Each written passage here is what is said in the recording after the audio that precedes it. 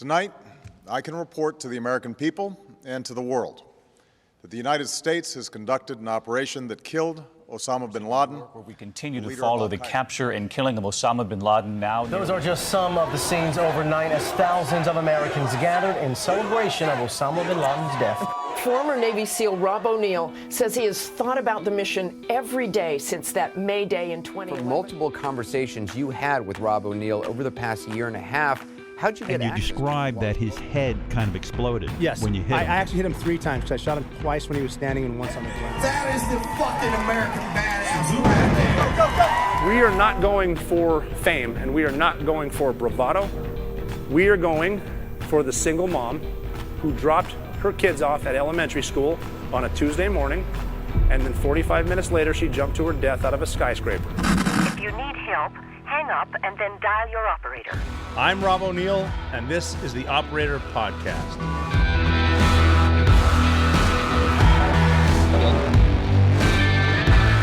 Welcome back to the Operator Podcast. Episode 46 is here, post-Memorial Day, and thank you for joining me. I hope you had a blessed Memorial Day. I know I did. I went up to Cape Cod, and I played some golf at Cape Cod National, which... I don't know if I told you this, my psychiatrist when I got out of the Navy said, "What are you going to do now that you're out?" And I said, "I don't know. I don't feel like skydiving anymore. I'll shoot a little bit. I don't know. I'm not going to drive fast cars. I don't know." She said, "Well, you need a hobby to relieve stress." And so she told me to golf. Now, I don't know on what fucking planet golf relieves stress, but I started it.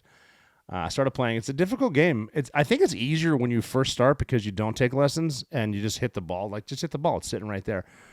But I took lessons, and I got worse. I think the more lessons I take, the worse I get. And I went back to the same psychiatrist a few weeks later, and I said, "What the hell was that all about? Pick up golf to relieve stress." And she said, "Oh, I forgot to add this. Don't keep score." I guess her point was just get outside. Get outside and walk, get some vitamin D, which is good. And I do love golf. And it's so funny to sit there and realize, like I said, the ball's not moving. And for hundreds of years, engineers have been designing these clubs to work. And for some reason, I just can't let them work. Just let the thing work. Golf's one of those games where the slower you swing, the further the ball goes. And when you swing down, the ball goes up. It's completely not normal, but I went golfing. And it was awesome. Got to hang out with some friends and family. Cape Cod. It's awesome. And now it's back to work. What did you guys do? Anything exciting? Hit me up in the comments, if you will, with what you got into or what you want to talk about. At Makuya on either Instagram or Twitter. I rarely read Twitter because they're just rude. I say some stuff on Twitter, and sometimes people don't like it. But Instagram... at Makuya or at the Operator Podcast is a better one because people seem to be very, very nice on not very nice on Instagram, but sometimes they're nice. And then what else? I was looking around on Memorial Day on Memorial Day weekend. This is just an odd story. I guess they're in San Clemente, which is out in California, where there's a Marine Corps base. Some Marines, 3 Marines, were enjoying the festivities, if you will, out on a public beach. And what's only being described as a group of teens were blasting off fireworks, which is fine. You do you. But I guess some of the shrapnel, if you will, some of the bombs. Some of the fireworks hit some of the Marines in that. Here's the story. They went over to them, and they politely, and again, if you weren't there, you only know what you were told. I was told they went over there politely and asked these group of teens. I love how they say that, this group of teens. No descriptions because they're minors. And some young adults. So a group of teens and some young adults. And the Marines, I guess, asked them to stop blasting off these this ordinance, if you will. And they didn't like it. So the Marines were walking away, and I guess one of the Marines got sucker punched by one of the teens, and then they turned into a melee. They jumped on top of him. 2 of the Marines were beaten pretty good, fetal position type stuff. A lot of that's going on the internet too. You ever see that sucker punch, and then a lot of these young dudes just attack in packs. I don't know. That's just weak sauce right there. And you got to wonder, why is that? Why are they doing that? I mean, it goes back to I think it goes back to the family life, the parenting, the shitty parenting. I think that they, again, I personally think it could be a desensitivity to. They're not sensitive because of a lot of video games they play and the violence that's all over the internet, and it's not everywhere. But on the internet, you're going to find a lot of stuff, and it's even people filming. Excuse me. Even people filming each other to try to get clicks and likes, just to get more TikTok followers or whatever, get more likes on Instagram or whatever platform they're on. And they just like these sucker punches come out of nowhere, and then the gang of whomever just jumps on these people and starts beating the crap out of them. And I think it's a parenting thing. It's a schooling thing. This is a result of not being able to discipline anybody. Like even if a parent disciplines his kid, they're going to get the cops are going to get called on them probably by the kid, and then they get in trouble. You can't do anything in schools. You see these videos of punks beating up their teachers, which it's just it's a sad state of affairs. And again, it's not everywhere.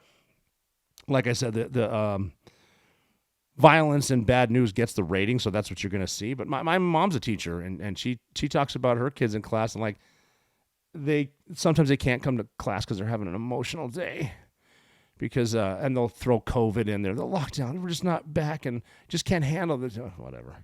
Just pussification of the United States, and then group beatings and stuff like that. But those Marines got beat up, and I'm actually kind of curious to see what's going to happen, the aftermath, because the Marines are there, and Marines are tough. And not that I'm saying go get vengeance, but I bet where they got beat up, you'll see a lot more Marines hanging out. And they'll be looking for young adults. Not that they're not always, but it's just messed up that people feel a desire to just beat each other for no reason, especially when you're just a young punk like that you don't know any better and just gonna do that. So that's me. I've never personally experienced that, and I'm happy. I don't like the fighting in the street stuff too, because it can get really bad really quick. You don't know who you're up against. If you get in like a stupid bar fight or a grocery store fight, or someone yells at you for not having a mask, and it gets, or like they used to, or you get banned from an airline per se. You don't know what someone else has, and you don't know what someone else knows. And there's no reason to get in a fight. It's not going to solve anything. Say you're good at fighting, and you do a takedown and you slam some dude's head off the ground and kill him. Was that worth it? Because you're going to prison. Or say the dude that you're fighting knows more than you do, and he just whips your ass and breaks your arm. Was that worth it? Or he stabs you, or he shoots you. That's just not worth it. But there was a thing in right near Baltimore, if you can believe it, where there was I guess there was a fight at school, and I think the kid in the fight was like a 12-year-old. Don't know the whole story, but he went home and he decided he doesn't want to fight, and that's cool. I don't think you should want to fight. But some the guys he fought brought, I think, 3 of them and 2 adults to his house, and they want to beat his ass, and the kid's not going to go outside. And his father said, "Well, I'm not going to allow this to happen." So he went outside to talk to him, and I guess what these 5 individuals did, or pack, they said, "Well, either your son's coming out to fight, or you're going to fight." And, there was obviously a disagreement, and the pack jumped him, and they beat his ass, knocked him out, and then they kept beating him as he was knocked out, a few more stomps to the head, if you will, and they killed him. Well, what the hell is that all about? You got some punk kids that want to fight some kid, and then his dad comes out and says, "No, we're not doing it," and then they kill him. Not worth it. But people get arrested here and there, but nowadays, because a lot of these district attorneys and whatnot that are out there that just will let you out. You don't need to pay. You don't need to pay bail. You don't need to pay bond or whatever. Just you get out, and so there's no repercussions. Nobody gets punished, and it's all just. And if you do, like say for example, those Marines fought back in San Clemente and whooped the shit out of 6 of those kids, then they're going to be in trouble. It's like the dude on the subway that just stands up for people and chokes a kid out and kills him. I mean, I'm not justifying that either. But I've been on subways before, and I've seen some of the loons. I used to live in Midtown Manhattan, and you see some crazy shit. I'm not getting involved personally, and I think now that more of this is going on, where people are actually getting in trouble and becoming famous because of standing up for people, and then it turns into the people that are out there that are getting paid to be fanatics, to protest, to scream, to jump in front of trains, to stop them, and all that shit. They're going to come out and, why would you want to be a part of that? If it's just going to turn bad on you, like even defending yourself, you can get in trouble. And we've seen a lot of it. And then the Al Sharptons of the world and the George Soros funded people of the world that are, I mean, you don't see those dudes come out when there's legit problems. It's always a race baiting. It's always something with the cops. It's never some of the crime that happens in Philly or in Atlanta or in Chicago. They're not running out there trying to save people's lives and be the hero. No, but they sure will shake down a legitimate business so they can get their pockets lined. I mean, it just sucks. But anyway, not getting too rough on post-Memorial Day. I had a good Memorial Day. Like I said, I golfed. That was about it. There's no fights at the golf club. There should have been a fight. I'm pretty sure I hit somebody with a golf club. But that's yeah. So let me know what you were up to. We can talk about that. That'll be fun. Golf, driving. I didn't go to the airport for the first time but this is the first week I haven't been to an airport in years, and it's glorious. I didn't realize how much of a pain in the ass it is getting in the car, driving to the airport, going through security. I actually got busted. This is kind of a funny story. I think I travel so much I get cocky. I'm that guy that is in TSA pre, or I go through clear, and then I'll be the guy that I don't talk shit, but I like mutter someone if he forgets to take his belt buckle off, or he's got metal in his boots or whatever, and I, because I see it all the time. I see it every single day, and I think I know how to get through security. And sometimes you need a little humility. There's nothing wrong with being humble. Sometimes you need to be brought down a peg or two, because I've always said that the TSA, like, we'll bitch at them as passengers because I have to deal with the TSA, but you got to figure they deal with us every single day. That's our 8-hour job, dealing with passengers all the time. And there are a few things. I think the true colors come out in transit. Like, people are normally good to each other unless they're funded by leftists. But people suck in transit, right? And I'll prove it to you. How much do you hate the cyclists? Oh, you know who I'm talking about. Hate the cyclists. Everybody in a car hates the cyclists. However, if you're a cyclist, how much do you hate the cars? If you're in a car, how much do you hate the pedestrians? But the pedestrians hate the cars because they're not looking. No one's looking. In an airport, we hate each other because you're just trying to get to where you're going. In traffic, especially in New York, those horns go off. People are yelling at each other. The horns are actually a language in New York, and people are communicating with each other. But if you're on the street, if you're look, I know you have the right of way when you're walking as a pedestrian when the thing turns right. Don't be afraid to look both ways. I know if you're crossing a one-way street, you only need to look one way. Look the other way, because now they have those, I think they're cheating, but they have those electrical bikes that go about 40 miles an hour. They could be coming the other way. Just look. There's nothing wrong with saving your own life. You can yes, I have the right of way, but that was a bus that smashed me. People die every day doing that crap.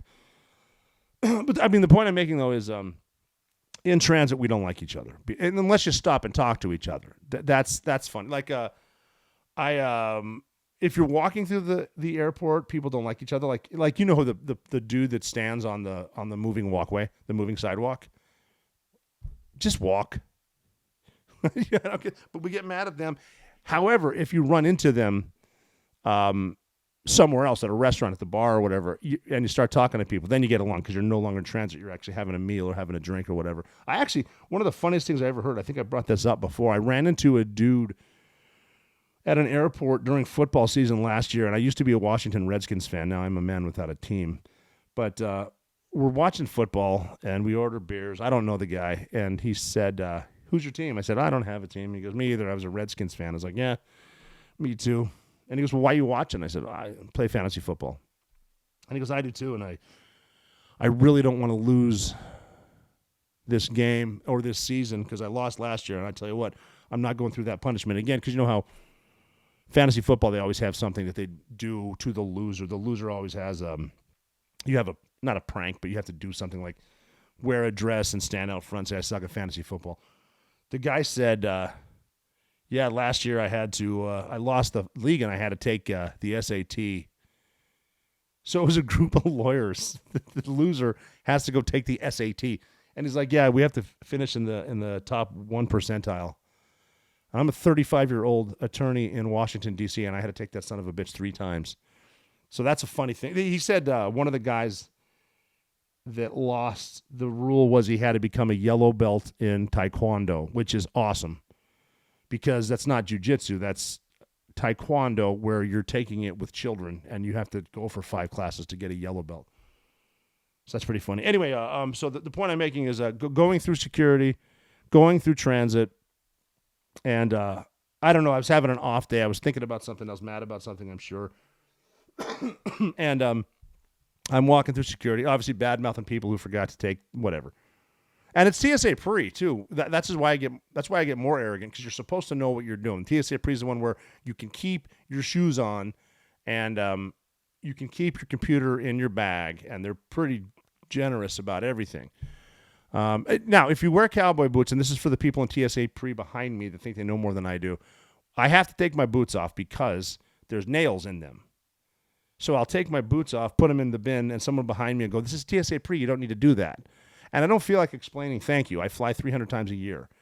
But thank you. I just say there's nails in the boots, and they'll say, oh, there's nice boots. I'm like, you're goddamn right, they're nice, because I don't wear shit boots. Anyway, I took the boots off. Everything's good to go. And I walked through, but I was wearing a belt buckle. I forgot to take it off. Bink. So I get tinged. And it's like, son of a bitch, I deserve this. So I take the belt off. And then there's something else. I have a bracelet from St. Croix. And I didn't know this. You might not know this. That if it's connected in metal, it'll set it off. But if you unconnect it, it won't set it off. Weird. But that set it off. And I'm like, okay, I deserve it. I deserve it. I'm talking shit. I deserve it. Whatever. And then I'm waiting for my bags to come out. And then my bag comes through. And then it jacks over.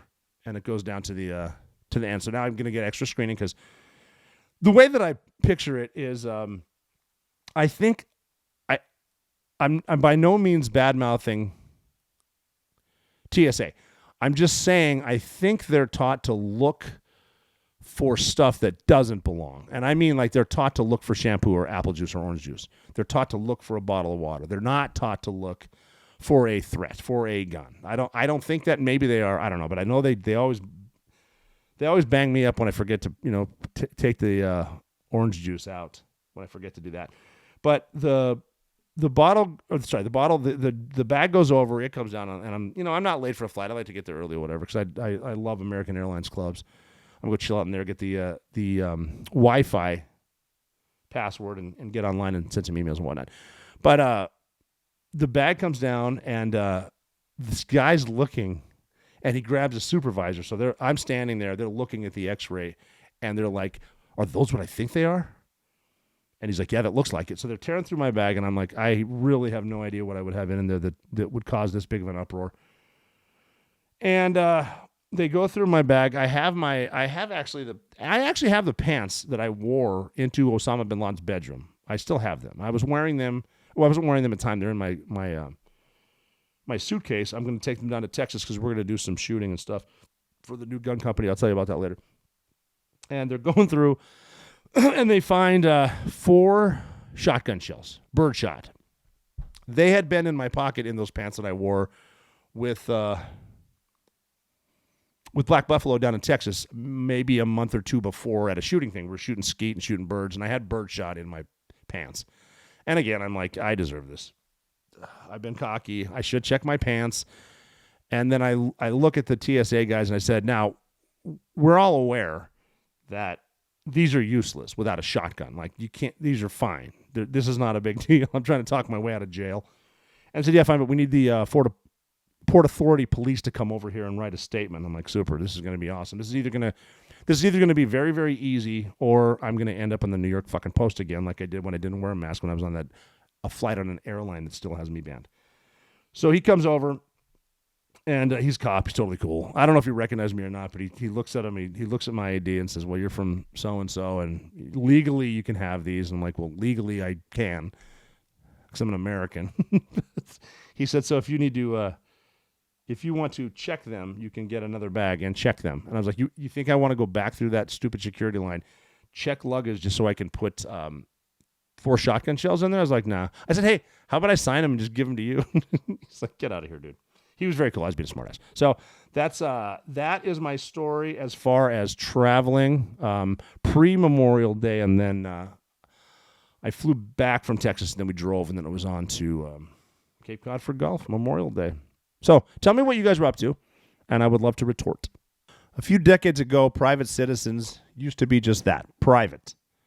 What's changed, though? The internet. Think about everything you've browsed, searched for, watched, or tweeted. Now imagine all of that data being crawled through, collected, and aggregated by third parties into a permanent public record, your record.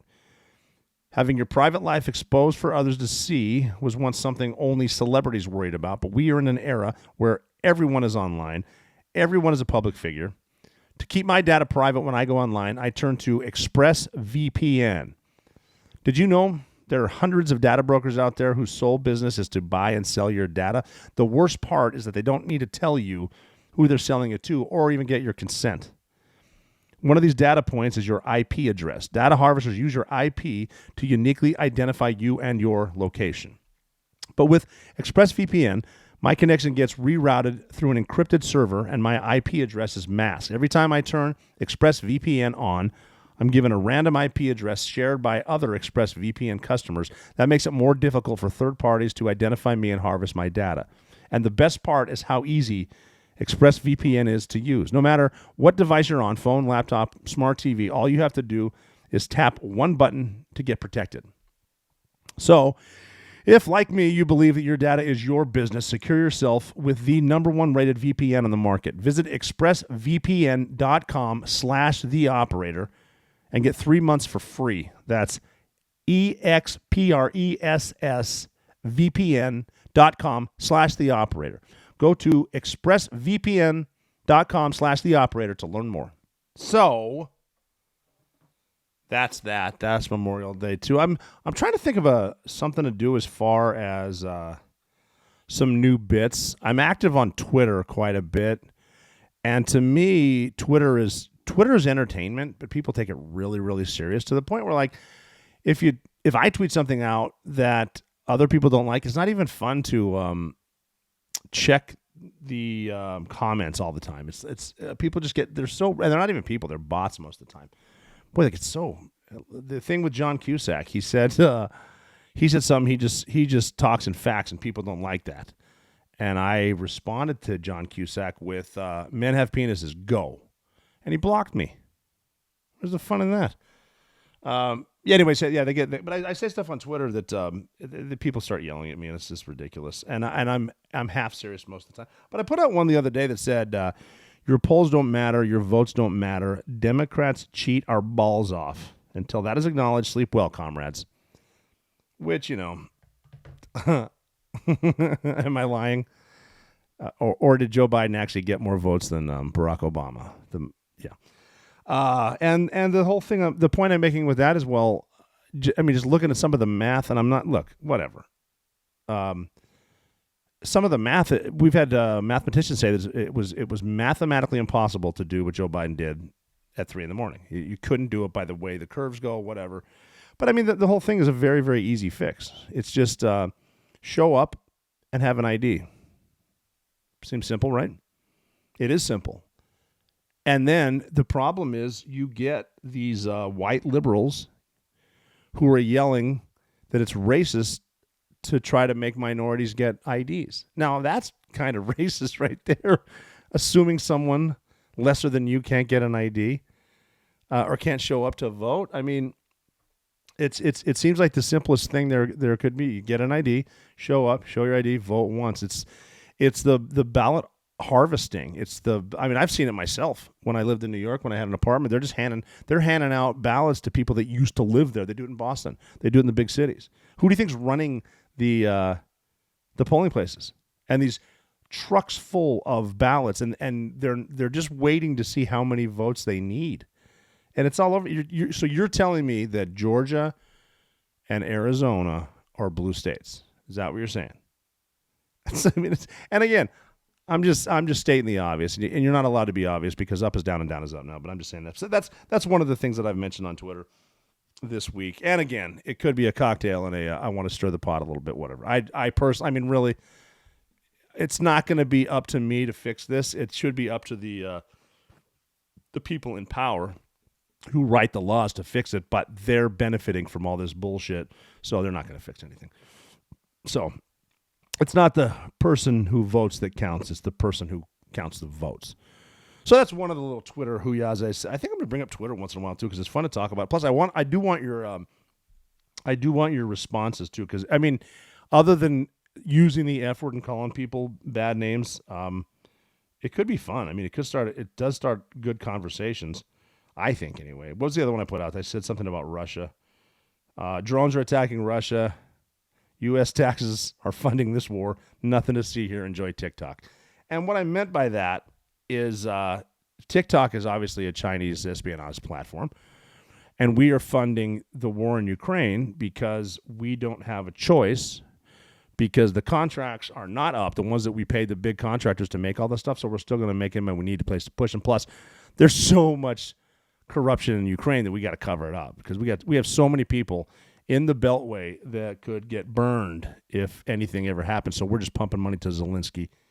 And his wife has a beautiful wardrobe. Have you seen that? Wow.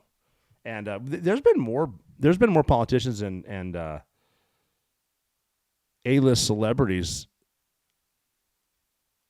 to Ukraine than the southern border, because they don't give a shit about the southern border. We're getting invaded from all over the world, but they sure do go to check out Zelensky's pad and ride around in his Lamborghini, just whatever he's got, because Uncle Sugar over here is all your taxes are going over there too. You know, we're paying for climate change in Yemen. Your tax dollars are not going to change the weather. I don't know if you know that, but our government sure will do that. And then they have the kids so stirred up about climate change and how cows' farts are ruining the environment and all that nonsense, so they can go trash pieces of art or whatever it is they do. Anyway, that's some of my Twitter stuff that I think we should bring up. Because like I said, okay, drones are attacking Russia. You're paying for it, is what I said.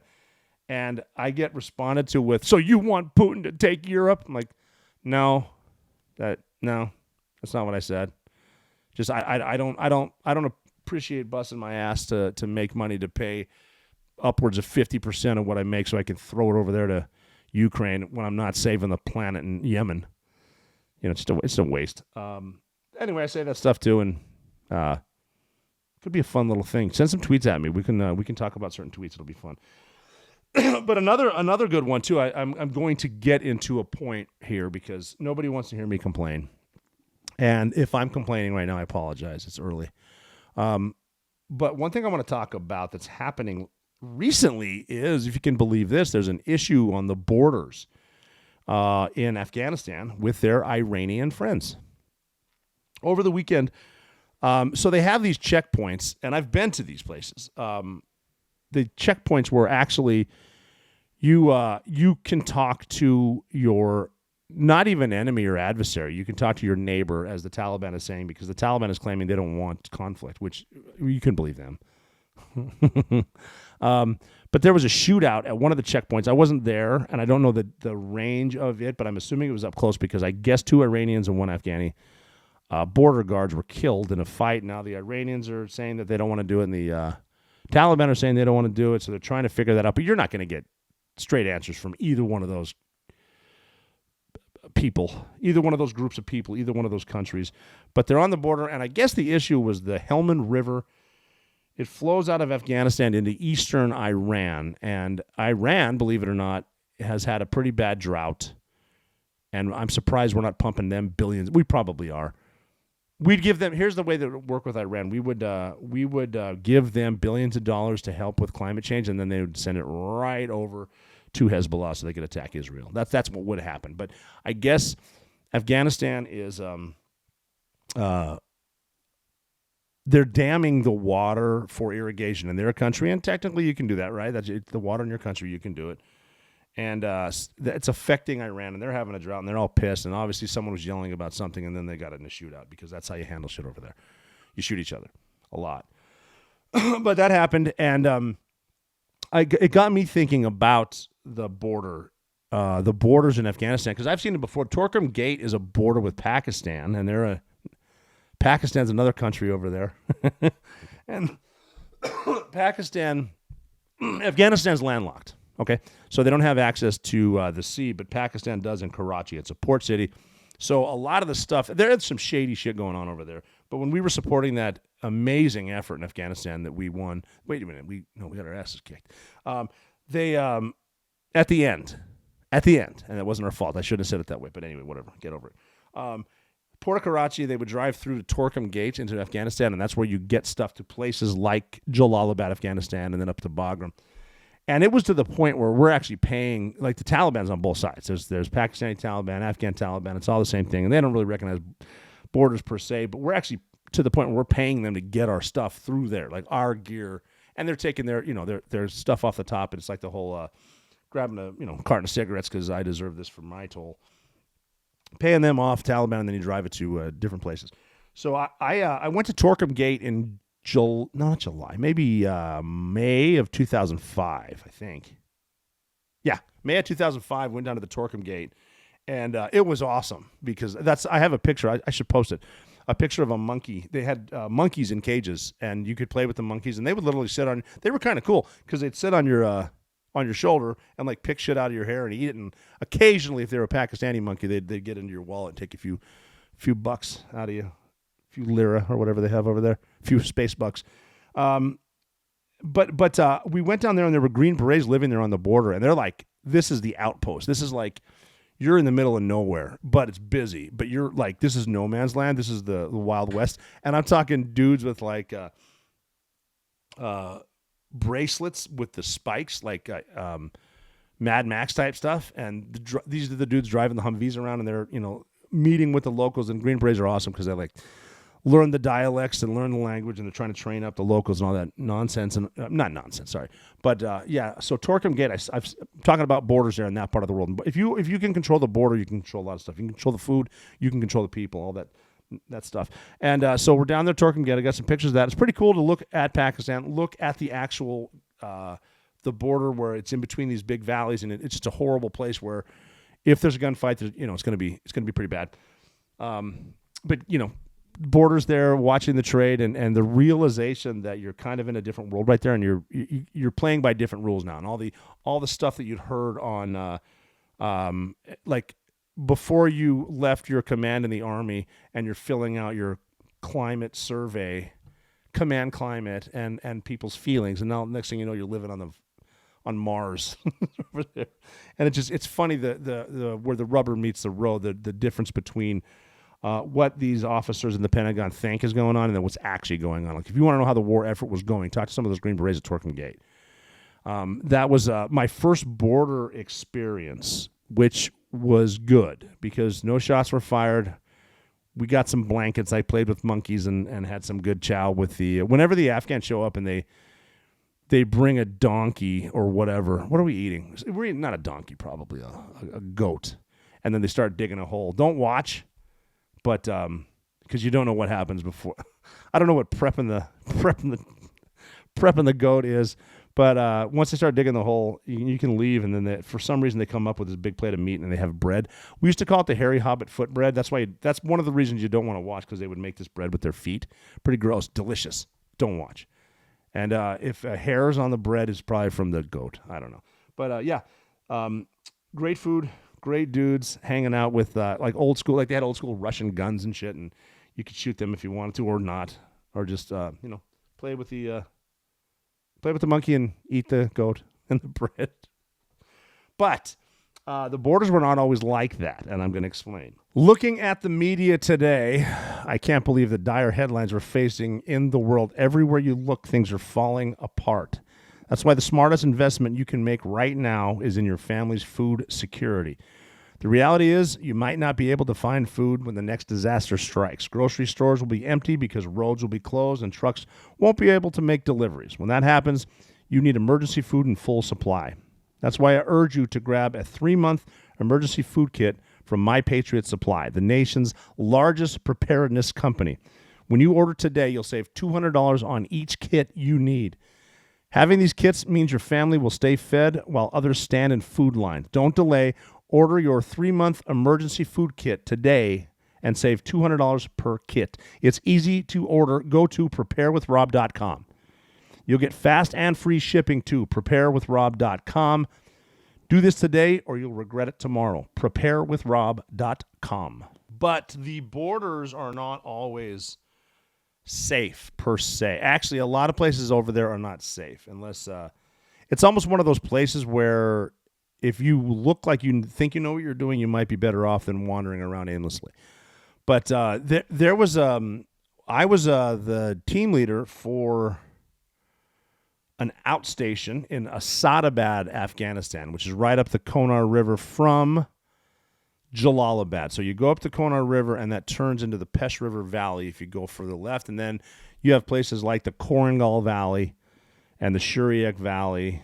And there's spots up there that you can really get into bad places. These are like valley to valley. There are families that have lived there for 10,000 years and never met.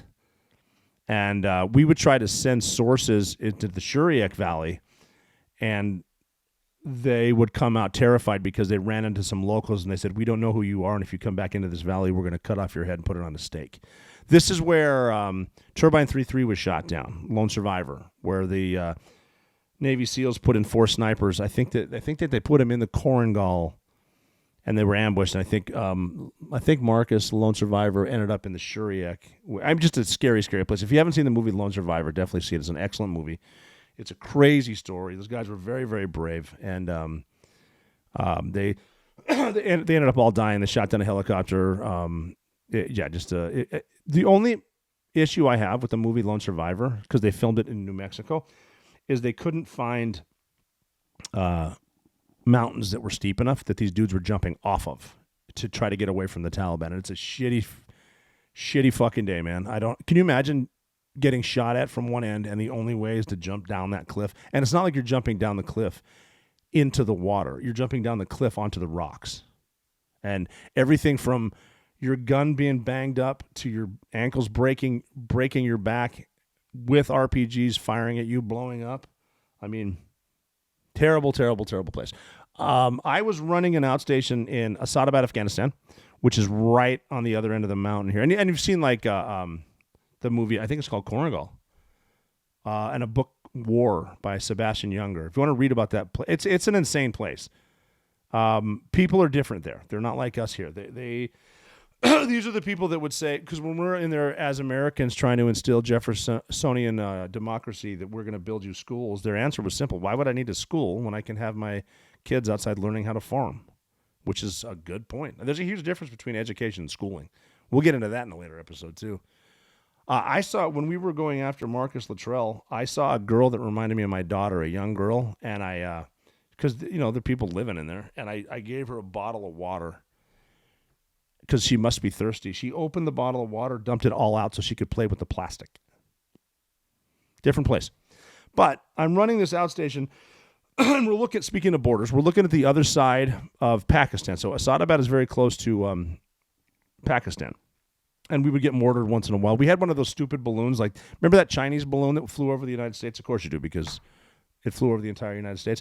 We would have balloons sort of like that, but they were to a tether. And Al-Qaeda and the Taliban would shoot RPGs at this balloon that's over our thing. They never hit it. I kind of wish they would. I want to see what happened. But we had that up there, and that's an intel thing or whatever. But we're running this. It's an outstation. And the way the outstations work is it's a former Russian base. And I don't know who came up with the brilliant ideas to put at the bottom of this valley. Like, you're at the bottom. Ridiculous. But that's what we did. We actually ended up giving up Asadabad. This is way before we ran out and retreated from Afghanistan, but we gave up Asadabad and we moved everyone back to Jalalabad. But what we do as Americans is we leave everything behind, because for some reason someone's decided that it's less expensive to leave it there than to try to bring it back.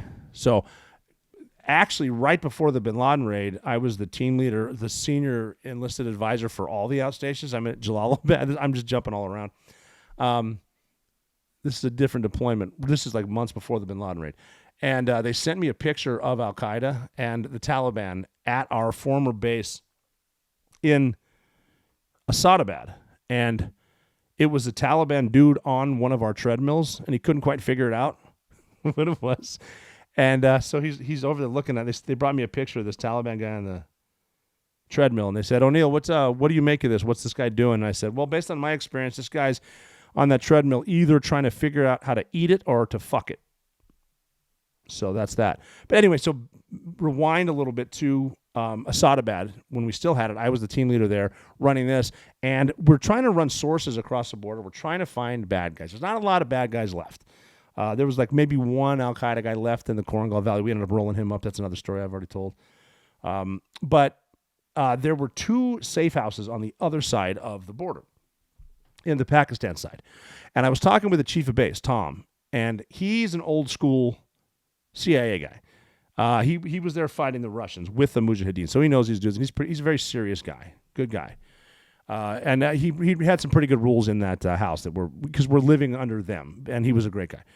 And we were discussing how to hit these 2 safe houses because we know damn well there's some high-value individuals inside there.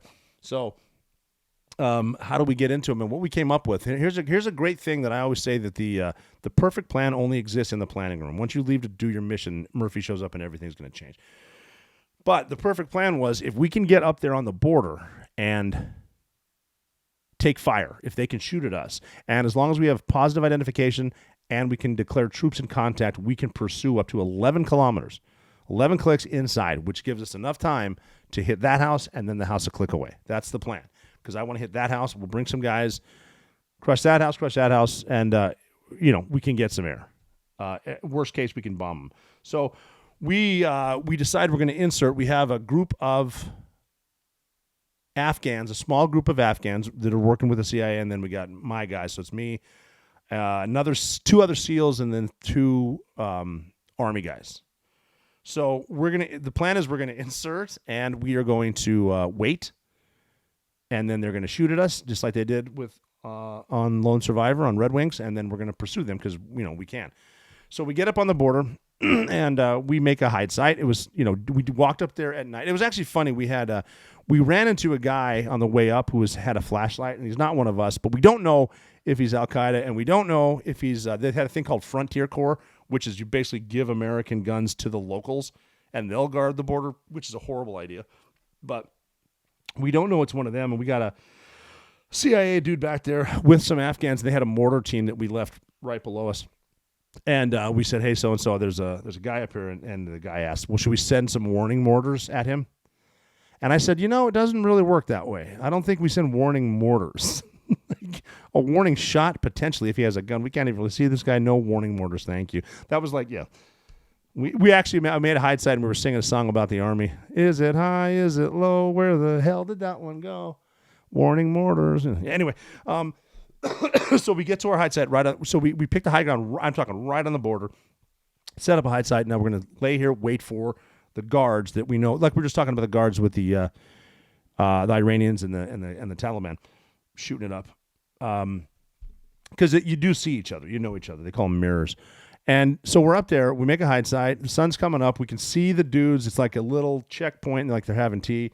And I lean over, and I'm on top of a nest of pit vipers, which is great because they're babies, which means they'll kill you. So we're like, yeah, we got to move a little bit. So we get up and move, and because we had to move away from these snakes, we get another spot. They see us, and they start walking up to us. These border guards, they're Pakis. We don't know if they're Taliban. We don't know what the hell they are.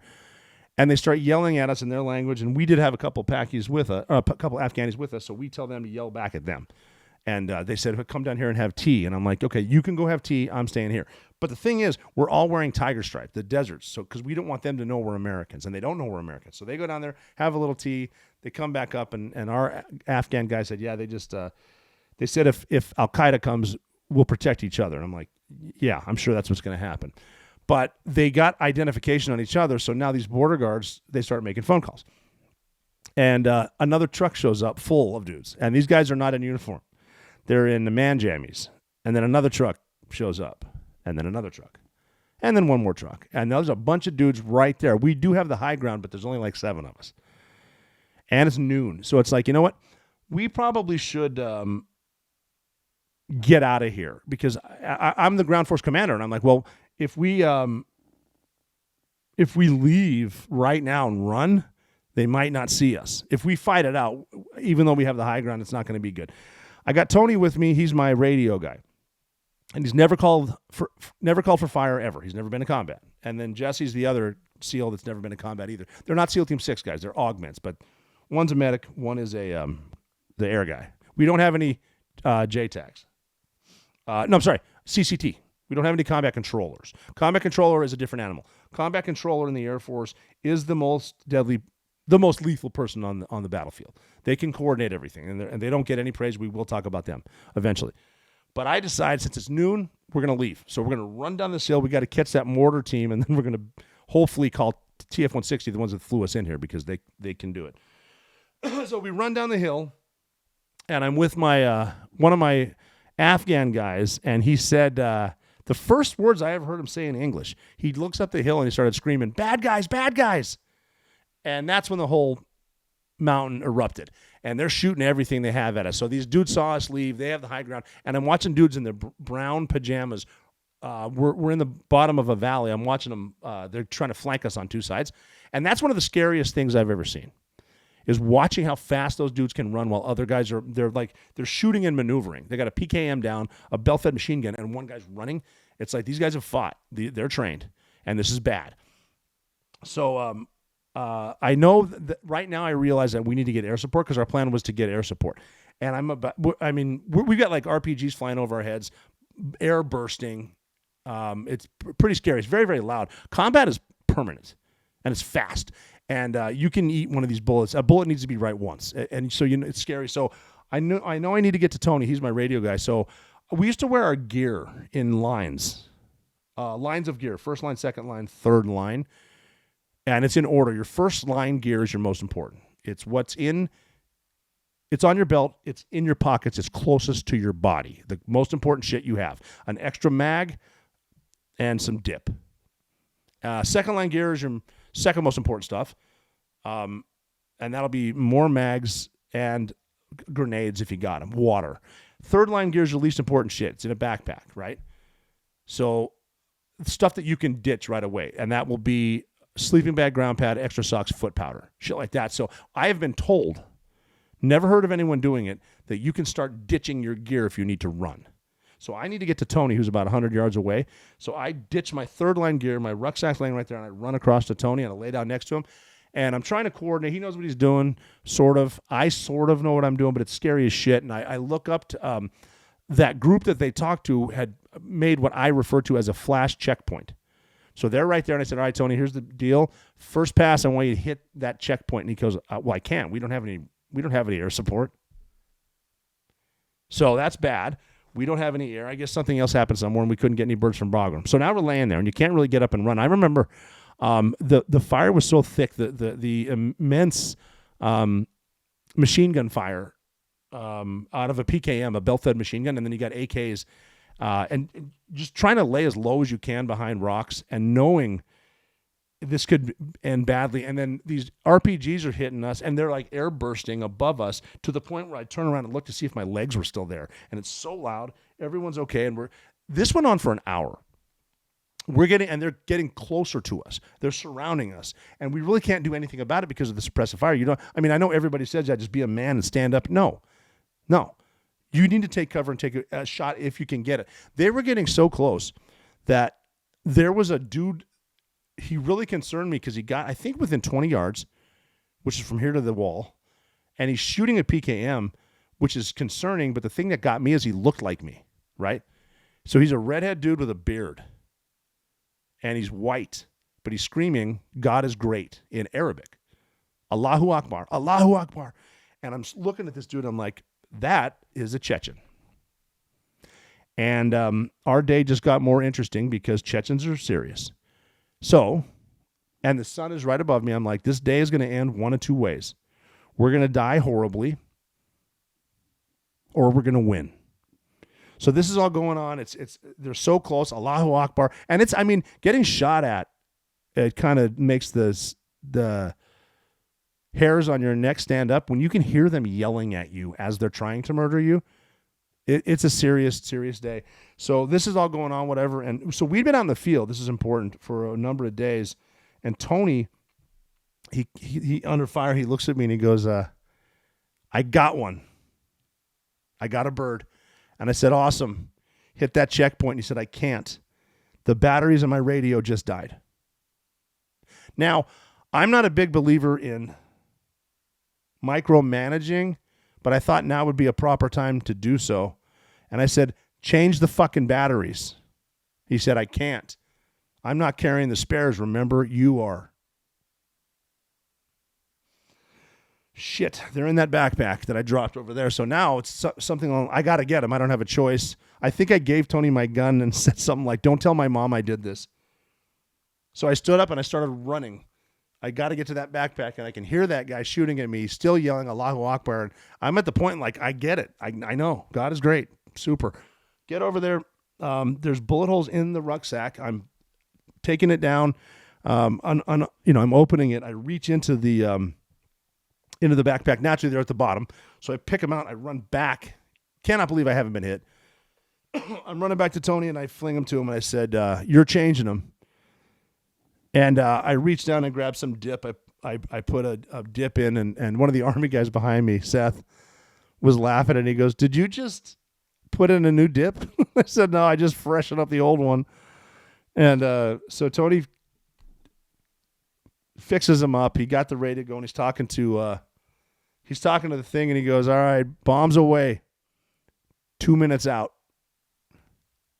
And I'm looking at Tony. I'm like, 2 minutes out? The first jet you got was the space shuttle? What the hell's up there? And he goes, it's Bones 2-2. And he's a B-1 bomber. And he just dropped 3 2,000-pound JDAMs right on top of those guys. So stand by. So I don't think we have 2 minutes left to wait. We're laying there. This guy's getting really, really close. And I hope you never have to experience this, but when those bombs went supersonic over our head, they actually sounded like bacon. Zzz. And I'm laying there thinking, God, I love bacon. And the whole hillside lights up. He crushed that hillside to the point where the guy yelling Allahu Akbar actually stood up and turned around, and I got my first few shots off at him, and I yelled something about God back at him, and so he's no longer with us. And now they're leaving, and we're watching dudes run away because they realize these are Americans. We got to get the hell out, because they're in Afghanistan, and they got to leave. And so he kept hitting with Bones until Bones went bingo, and then that's when the F-16 showed up, and his call sign was Dude 1-2. And we're calling him in just the way you call guys in. You know, you gotta. Here's the. Can you see the peak with the snow? Yes. Can you see to the south of us the intersection river? Yes. Okay, that's 1 unit of measure. Please take 2 units of measure. 097 magnetic for all that stuff, and then he's hitting them, and it's just I'm picturing this kick-ass, good-looking 27-year-old dude flying that F-16, dropping bombs in Pakistan at this point, thinking, and I've said this before, but thinking, man, I see why women find you attractive. So we ended up bombing Pakistan that day for 4 hours, which is a long time to be bombing a sovereign nation. But I think we were justified because we were in contact and we had positive identification. So we finally got it done. We finished this gunfight. They're gone, and I don't know how many guys they killed. Air Force kicks ass. You've probably heard me make jokes about the Air Force. When you need them and they're there, I'll tell you what. Best friends in the world. So they finally had enough room to send in some helos to get us, and helos came in, sat down. I got on the starboard side of a Black Hawk, a 60, and we're leaving the right side. And as we're leaving and we take off, now I can see the battlefield for the first time, as opposed to laying behind a rock, and it's epic, and it's smoldering, and it's on fire. And I'm thinking to myself, man, we just bombed Pakistan for a long time, and that is an international incident, and I'm in charge. I'm probably going to hear about this. And I was right, because we flew back to Asadabad, and I guess the general had heard. I'm not going to say which one, but he was there to watch us land. So I'm the ground force commander. He wants to talk to me. I was going to be dead 4 hours ago. right? Now I'm going to live, and I'm happy. And we got whiskey inside that place, man. So I'm walking up to the general, and very stern-faced, he goes, "O'Neill, you realize we're not at war with Pakistan, right?" And I said, "Yeah, but we were today, and you should have..." "Yes, sir." And he said, "Yeah, good. You're probably either going to get a Silver Star for this, or you're going to Leavenworth." So we had to wait an hour for that bomb, the first bomb to hit. That was a long time. I had to wait like 3 or 4 weeks to figure out I wasn't going to Leavenworth for the rest of my life, which was nice because we didn't know this, but there was a drone flying overhead. And this footage is actually on YouTube. You can find it. It was, I want to say it was 2008 on the border. You do border bombing 2008. That's my dumbass running around under explosions. But yeah, the headlines too, you can find these on the internet. It says unprovoked attack kills 11 Pakistani martyrs or whatever, and which proves there were Pakistani soldiers shooting at us, and Al-Qaeda and the Taliban. But as they were interrogating, or there was a hearing, they were talking to Pakistan and how it was unprovoked, and we started this fight. The Pakistanis didn't know that we had actually footage, and you could see where they ambushed us, and we were justified. And I was awarded my first Silver Star, and I'm not in Leavenworth, so that's a good thing. A lot of times we will talk about firearms on this show, and it's always colorful to see what people have, because in the gun industry, everyone has their favorite weapon, and they know they're right. I have been talking about F1 firearms. I need to tell you about this. I went down there to Houston to the company. They were just purchased and are now called Watchtower Firearms. You got to check them out too. The anodized color, the skeletonized technology of these guns. I went down there to the factory and I watched them. They would take these blocks of aluminium, and I watched them actually use machines to cut down everything to the like the uppers, the lowers, the bolts, it was awesome. I watched them. I'm actually partnering with them. Watchtower Firearms are badass. The colors are kick-ass. These are the best weapons I've ever seen. The mechanics down there, the machinists, if you will, that are making the guns take pride in their work, and they're really, really good right out of the box. They're like, they measure them. There's some of these measurements are down to the width of a hair, a human hair. They measure them with instruments, and they actually can feel for them. If they don't get the specs, they kick them out. But Watchtower Firearms is incredible. The pistols, 5.5, 8.5, all the cool kind of colors and stuff. The skeletonized technology, which only they have, I'm a big fan of too. It lightens it up, and there's law enforcement models, military models, AR-15s, AR-10s, 9mm. Check out Watchtower Firearms. You're going to be happy. But that is proof that you need to be careful what you wish for.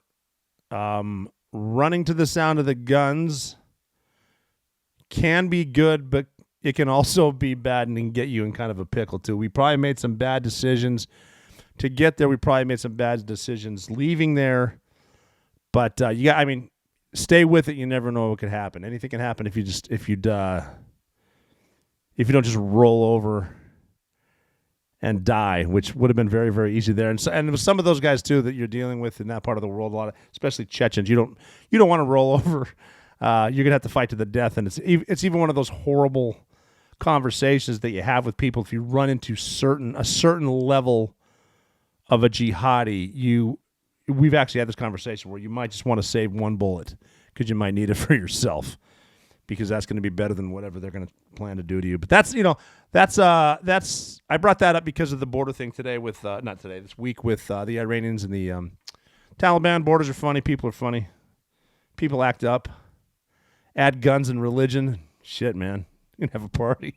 So that's that. But you never know what can happen if you can just keep your head down and keep moving forward. You're never out of the fight.